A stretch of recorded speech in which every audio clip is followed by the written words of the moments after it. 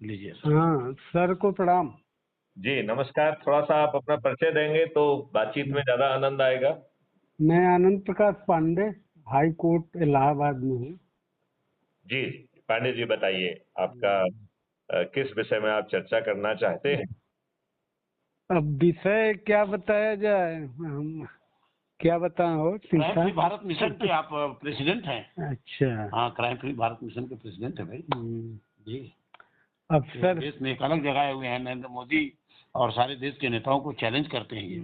अच्छा सर जी इनको बताइए जरा मिशन के बारे में। हाँ, मिशन के बारे में।